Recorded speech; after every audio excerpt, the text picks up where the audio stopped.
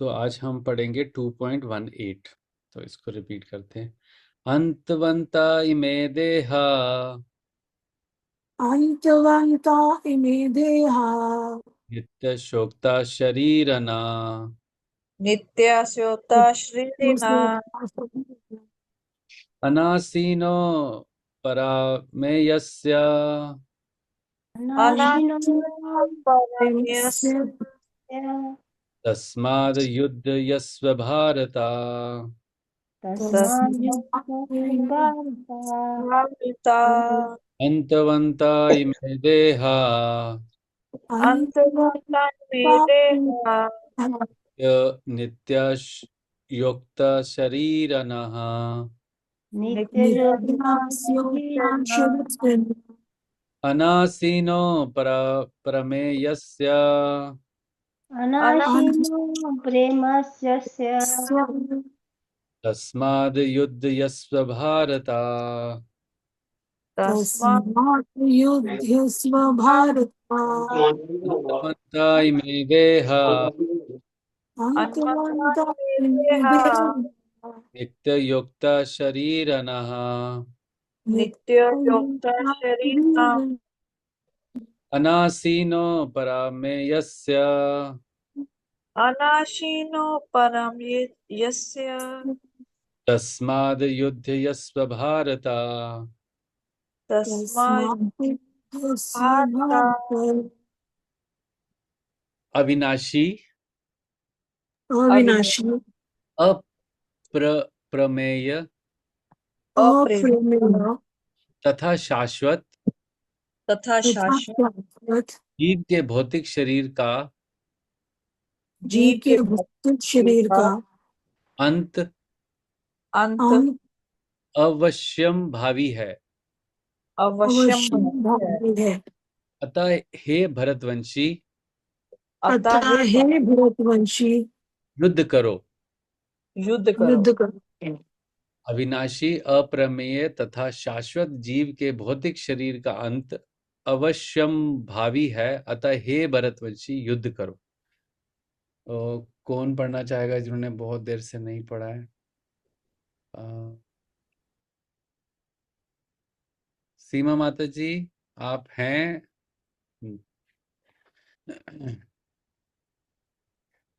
आज आपकी आज्ञा हो तो मैं पढ़ लूं।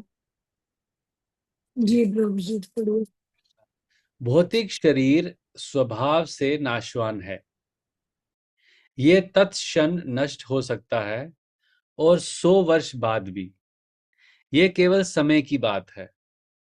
इसे अनंत काल तक बनाए रखने की कोई संभावना नहीं है। किंतु आत्मा इतना सूक्ष्म है कि इसे शत्रु देख भी नहीं सकता, मारना तो दूर रहा।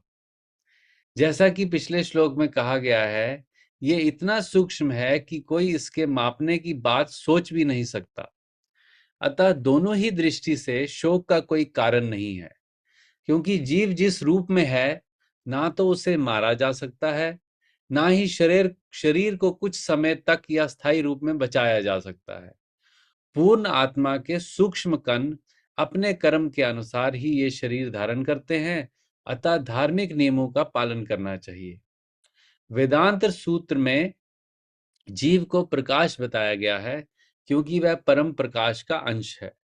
जिस प्रकार सूर्य का प्रकाश सारे ब्रह्मांड का पोषण करता है, उसी प्रकार आत्मा के प्रकाश से इस भौतिक देह का पोषण होता है।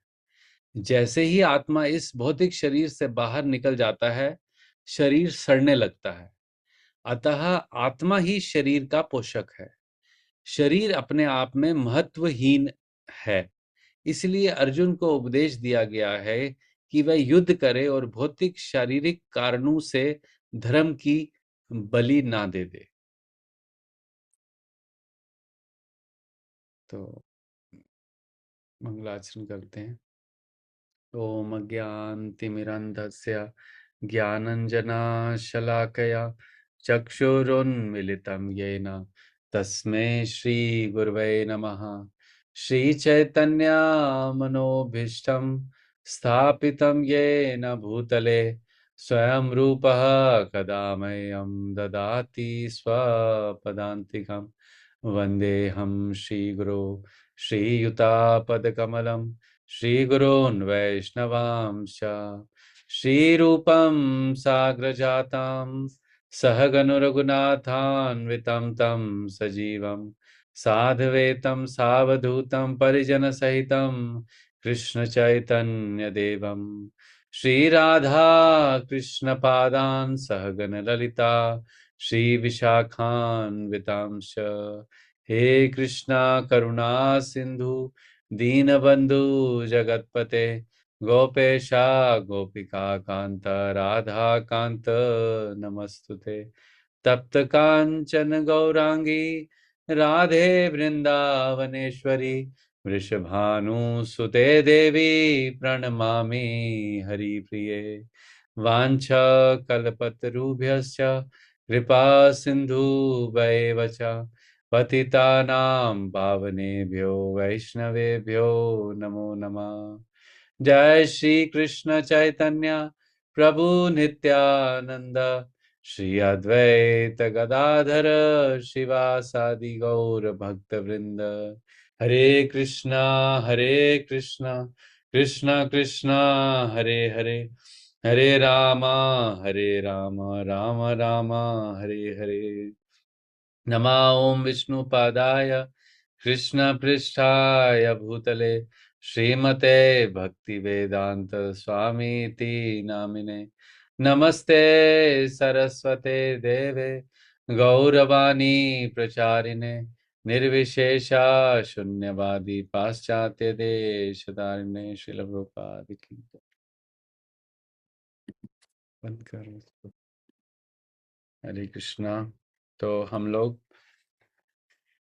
2.18, तो यहाँ अभी डायरेक्ट इंस्ट्रक्शन भगवान कृष्ण अर्जुन को फिर दे रहे हैं। पहले कुछ थोड़ा ज्ञान दिया, अब उस पे कहते हैं कॉल टू एक्शन, कहते हैं ना कॉल टू एक्शन, CTA। अब कॉल टू एक्शन कर रहे हैं कि अविनाशी अप्रमेय तथा, अप्रमेय का मतलब क्या लिखा है यहाँ, अप्रमेय अंत मंत्र जिसे मापा ना जा सके, मापा ना इमेरेबल। मापा ना जा सके। तो अप्रमेय तथा शाश्वत जीव के भौतिक शरीर का अंत अवश्यम भावी है, मतलब अवश्य होना ही है। अतः हे भरतवंशी युद्ध करो। तो यहाँ पर प्रभुपाद जी ने, अगर आप एनालाइज करेंगे परपोर्ट में, दोनों एंगल से अर्जुन को बताया कि देखो शरीर जो है उसका नष्ट होना कोई रोक नहीं सकता, और आत्मा कभी नष्ट नहीं होगी। आत्मा नष्ट होती नहीं है, उसको कोई देख नहीं सकता, तो उसको नष्ट कैसे करेगा। और शरीर को तुम जितना भी संभालने की कोशिश करो, अंतोगत्वा वो नष्ट होगा। तो दोनों साइड से उसको, अर्जुन को बता रहे हैं कि देखो, अगर तुम, यहां लिखा भी हुआ है, अतः दोनों ही दृष्टि से शोक का कोई कारण नहीं है। तो यहाँ प्रभुपाद जी एक एग्जांपल देते हैं अपने लेक्चर में। एक केमिस्ट था US वेस्टर्न कंट्री में, तो उसने रिसर्च किया था कि अगर हमारे शरीर में के जितने भी एलिमेंट्स हैं उसको निकाल के उसको पूरा फिल्टर किया जाए अलग अलग, तो जो केमिकल निकलेंगे, अलग अलग केमिकल से बना है। अगर केमिकल पॉइंट ऑफ व्यू से देखेंगे तो इसको जब पूरा सुखा के ड्राई करके अगर केमिकल निकालेंगे तो कुछ कुछ क्वांटिटी में केमिकल्स निकलेंगे, जैसे मैग्नीशियम निकलेगा, कैल्शियम निकलेगा, तो ना बोन्स हमारी कैल्शियम की, अलग अलग केमिकल्स निकलेंगे। तो उसने बोला कि उस केमिस्ट का ये कहना था कि कुछ 105 रुपए, उस समय 1970s की बात है, कि 105 रुपए की वैल्यू है बॉडी की, अगर केमिकल के रेट के पॉइंट ऑफ व्यू से देखेंगे। तो जो प्रभुपाद जी के एक शिष्य थे, श्री हिज होलीनेस स्वरूप दामोदर स्वामी, वो साइंटिस्ट थे। तो उन्होंने उनको बोला कि आपको मैं अगर ये 105 रुपए के केमिकल ला के दूं तो क्या आप ये जो शरीर मर चुका है इसको जिंदा कर दोगे? इसमें कुछ केमिकल ही तो कम हुआ। आप बोलते हो कि केमिकल से बॉडी बनी है, तो केमिकल कुछ कम हो गया, मैं आपको केमिकल ला के दे दूंगा, तो क्या बॉडी बन जाएगी, बॉडी दोबारा जीवित होगी? उसने बोला वो मैं श्योरिटी से बोल नहीं सकता। तो वहां पर प्रभुपाद जी ये पॉइंट बता रहे थे कि बॉडी जो है हमारा, वो मटेरियल एलिमेंट से बना है, और जो आत्मा है वो एक अलग तत्व है। जैसे सच्चिद आनंद, जो उसका उसका जो कॉम्पोजिशन है वो डिफरेंट है, मैटर से डिफरेंट है। मैटर और स्पिरिट दोनों अलग हैं। तो स्पिरिट जो है, आत्मा जो है, वो कभी उसका कभी विनाश नहीं होता।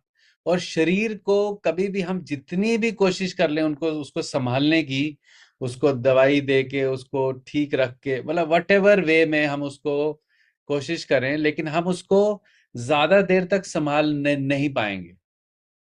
तो अर्जुन का कंडीशन अभी ऐसा है कि वो अपने परिवार के और अपने शरीर के साथ तो ज्यादा नहीं है, बट अपने शरीर से जो परिवारजन जुड़े हुए हैं उनके प्रति बहुत आसक्त है।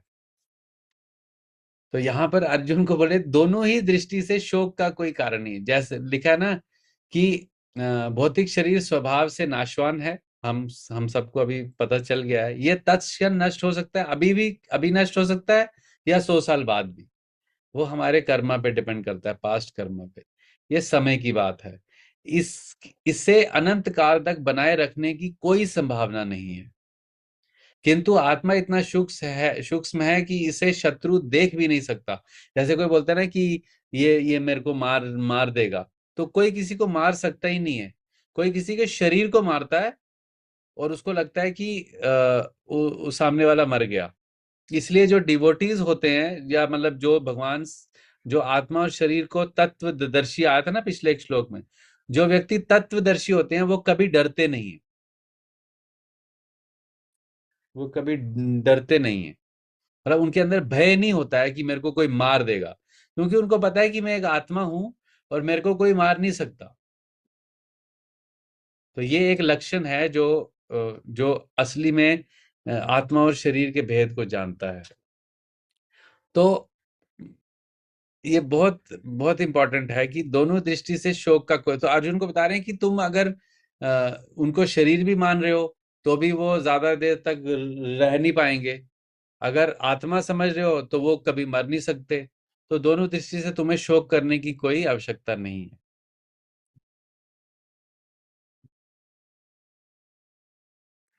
सो उसमें फिर नीचे प्रभुपाद जी एग्जाम्पल दे रहे हैं कि उस तरीके से ही आत्मा है, जैसे जैसे सूर्य का प्रकाश सारे ब्रह्मांड को पोषण करता है, उसी तरह जो आत्मा है वो पूरे शरीर का पोषण करता है, देह का पोषण करता है। अगर आप भागवतम का 3rd कैंटो पढ़ोगे ना, उसमें जहाँ भगवान कपिल देव अपनी मदर देवहूति को इंस्ट्रक्शन देते हैं, तो वहां पे वो, जैसे जब जब महिलाएं गर्भ धारण करती हैं तो जो अंदर फर्स्ट डे से लेकर 40th डे तक क्या क्या होता है, वो पूरा श्रीमद् भागवतम में पूरा एक्सप्लेन किया है। वो जो कपिल देव है उन्होंने सांख्य फिलॉसफी को दोबारा अपनी माता को एक्सप्लेन किया है। तो उसमें वो बताते हैं जैसे ही जो जो शुक्राणु और जो जो एग है जब वो मिलते हैं, तो एक जैसे मटर का दाना है ना, मटर का दाने के साइज में वो बनता है पहले, फर्स्ट डे जो होता है।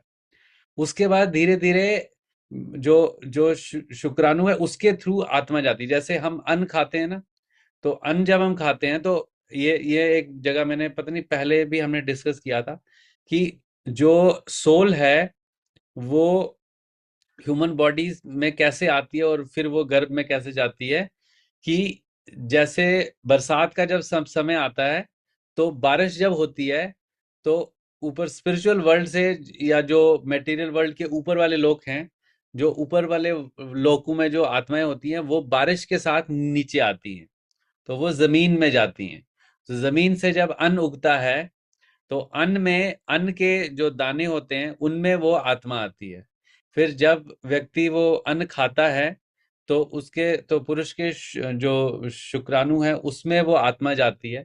और फिर जब वो महिला के गर्भ में जाता है शुक्राणु, तो वहां पे जब उसको एग मिलता है, तो वहां पे उसका फर्टिलाइजन होता है, ताकि उसको उसको एक शरीर मिलता है। मतलब सोल को जो बॉडी मिलती है वो मदर के वूम में मिलती है, जैसे हम सब जानते हैं। तो ये पूरा जो प्रोसेस है, ये बहुत ही साइंटिफिक प्रोसेस है।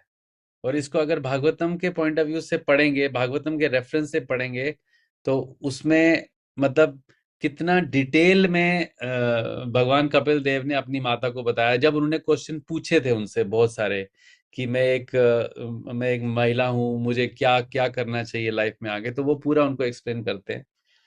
तो जिस प्रकार सूर्य जो है, कण जो है, सूर्य के कण जो हैं वो प्रकाश करते हैं पूरे ब्रह्मांड को, उसी तरह जब तक वो आत्मा शरीर के अंदर है ना, तब तक ही उसके अंदर प्रकाश है। चाहे कोई बोल रहा है, चाहे कोई गा रहा है, चाहे कोई कुछ काम कर रहा है, मेहनत कर रहा है, तो वो सारा आत्मा के कारण ही है। और अगर आत्मा अपने फुल स्ट्रेंथ में है, पावर में है, मतलब क्योंकि वैसे आत्मा कवर्ड है, लेकिन अगर आत्मा अपने असली स्वरूप में है, तो वो शरीर के अंदर कोई भी मतलब बीमारी, कोई भी दर्द का जैसा कोई चांस है ही नहीं। जैसे हम लाइव एग्जांपल देखते हैं अभी, प्रेमानंद जी महाराज हैं जो ऑनलाइन आप देखते होंगे, उनका किडनी जो है वो पिछले पता नहीं 10-20 साल, मुझे एग्जैक्टली नहीं पता, बट उनका किडनी फेल है। लेकिन ऐसा बता रहे थे, अभी यात्रा में हम गए थे, कि जिनका किडनी फेल होता है उनका बॉडी काला पड़ जाता है उनका, क्योंकि वो गंदगी निकलती नहीं है, तो हर बार डायलिसिस कराना पड़ता है, उससे भी उसमें भी पूरा तो निकल नहीं पाता है, तो उनका शरीर काला पड़ जाता है। जिनका किडनी खराब होता है, उनका दोनों किडनी खराब है। तो आपने अगर उनका फेस ऑब्जर्व किया हो लाइव काफी जगह, उनके फेस पे कितना ग्लो है, मतलब लाल टमाटर है। एकदम लाल है, जैसे मतलब जैसे बहुत। तो वो क्या है कि शरीर में कोई पावर है नहीं, क्योंकि उनकी आत्मा जो है वो शुद्ध आत्मा है, इसलिए वो ग्लो कर रही है उस बॉडी में। तो अगर बोलते हैं ना किसी का चेहरा बहुत भुजा भुजा है, कोई बहुत स्ट्रेस में है, तो वो बहुत ही मतलब मेटेरियलिस्टिक लाइफ में इतना एनग्रॉस है कि उसकी जो सोल है वो एकदम कवर्ड है। जैसे हमने बल्ब जला के रखा हो कहीं पे, और उसके आगे पीछे कंबल रख दिया हो, मोटे मोटे कंबल, क्या उसकी लाइट आएगी बाहर? नहीं आएगी। तो लेकिन जैसे जैसे उस बल्ब के आगे पीछे कंबल चादर को हटाया जाएगा, तो उसका जो बल्ब है उसका ग्लो आएगा ना सामने बाहर, वो पूरी जगह को इल्यूमिनेट करेगा, है ना, प्रकाशित करेगा। तो हमारे अंदर भी सेम जो भगवान का जो मटेरियल है, मटेरियल नहीं बोलेंगे, बट जिस जिस मतलब उसको समझने के लिए मटेरियल बोलते हैं, जिस मटेरियल से भगवान बने हैं ना, वही हमारी बॉडी के अंदर है, मतलब वही हम हैं। तो जो भगवान के शरीर में जो ग्लो है, वही हमारे शरीर में भी उसका कुछ परसेंटेज, 78% आ सकता है। वो हमारा पोटेंशियल है। लेकिन क्योंकि हम इतने सारी चीजों से कवर्ड हैं, जैसे कि मन, बुद्धि, अहंकार, 5 एलिमेंट्स, उसके बाद 6 अवगुण, काम, क्रोध, लोभ, मोह, मद, मत्सर्य, ये सब इतनी चीजों से हम कवर्ड हैं, इतने कंबल पड़े हुए हैं हमारे ऊपर, कि वो जो आत्मा का जो ग्लो है वो बाहर आ ही नहीं पा रहा है। आपने देखा होगा, अगर अभी जब हम यात्रा में गए थे, तो वहां पे बहुत सारे मतलब सेंटली पर्सन्स थे। मतलब कम से कम हमने जो आगे सोफास जो लगे थे, जहां पर प्रभुपाद जी के शिष्य थे, बहुत सारे वृंदावन और गोवर्धन बरसाना के मंदिर के जो गोस्वामी लोग आए थे, जो महाराज के शाम के उसमें लिए आते थे कथा के लिए। तो वो चाहे कितने बूढ़े हैं, लेकिन उनके फेस में जो ग्लो है ना, वो ऐसा लगता है। एक तो महाराज हैं हिज होलीनेस चंद्रमौली स्वामी महाराज, वो 78 ईयर्स ओल्ड हैं, और वो ऐसे नाचते हैं जैसे कोई 12 साल का बच्चा नाचता है। मतलब अगर मेरे को और उनको एक जगह खड़ा कर दिया जाए और बोला जाए डांस करो, तो मैं आधे घंटे में थक थक जाऊंगा, वो 3-4 घंटे में भी थकेंगे, क्योंकि वो जो इवन गौरांग को उछल उछल के नाचते हैं। हाँ, गौरांग प्रभु को आप देखो, मतलब जो अपने को रियलाइज कर चुका है ना कि वो क्या, वो सोल है, और उसकी ऊपर से कवरिंग सारी निकल चुकी है, दैट पर्सन ग्लोज ऑटोमेटिकली, उसमें वो ग्लो आ जाता है। चाहे वो मतलब चाहे उसका शरीर बूढ़ा है, उसका शरीर यंग है, जो भी है। कुछ लोग बहुत यंग होते हैं, लेकिन बट दे आर लाइक ऐसे ऐसे ऐसे रहते हैं, लेजी ऐसे। हाँ ठीक है, क्योंकि वो इतना कवर्ड, सब कुछ कवर्ड है उनका लाइफ में। तो यही चीज हम यहाँ से समझ सकते हैं कि मतलब इसलिए अर्जुन को उपदेश दिया गया है कि वह युद्ध करे और भौतिक शारीरिक कारणों से धर्म की बलि ना दे। कि भैया अर्जुन को बोल रहे हैं कि भाई देखो, शरीर तो का तो कोई उसका कोई संभावना है नहीं कि तुम उसे रखे रहो जीवन भर। चाहे जितनी एक्सरसाइज करो, जितना योगा करो, जितनी दवाइयां खाओ, जितना ध्यान रखो कि कोई चोर ना आ जाए, वटेवर, मतलब जितना भी करोगे उसको संभाल नहीं सकते पूरी लाइफ। मतलब ऐसा नहीं कि वो कंटिन्यूसली बना रहेगा 200 500 1000 साल। एट द एंड उसको खत्म होना है। और आत्मा ऐसी है जो कभी खत्म नहीं होती, मतलब उसका कोई अंत है ही नहीं। तो फिर किस पे फोकस करना चाहिए? आत्मा पे। नेचुरल है ना, नॉर्मल सी बात है। तो आत्मा पे फोकस करेंगे, आत्मा के कवरिंग को, जो ऊपर से कवरिंग है उसको हटाएंगे, तो शरीर ऑटोमेटिकली बहुत बहुत ग्लो करेगा, ग्लो करेगा। तो ये मुझे इसमें समझ आया, मतलब मेरे को बहुत अच्छा लगा इसको पढ़ के। तो युद्ध करो। तो अर्जुन के लिए तो युद्ध करो बोला है, अपने लिए क्या इंस्ट्रक्शन है यहाँ? कि- हाँ जी, अर्जुन को तो बोला है युद्ध करो, बट हम लोगों को युद्ध करो का क्या मीनिंग आता है इसमें? जीवन में जो भी सुख दुख आए उनका डट के मुकाबला करो। यस, तो ड्युअलिटीज से ऊपर उठो। और अपने को, मतलब अगर नहीं मान सकते अभी कि हम आत्मा हैं, तो उसको एंथुजियाज्म करो। हाँ, यस, मैं आई एम सोल, मैं इस शरीर में हूँ, मेरे अंदर बहुत ताकत है। क्योंकि एक मैं मोटिवेशनल स्पीकर का एक टॉक सुन रहा था, 1950s का है।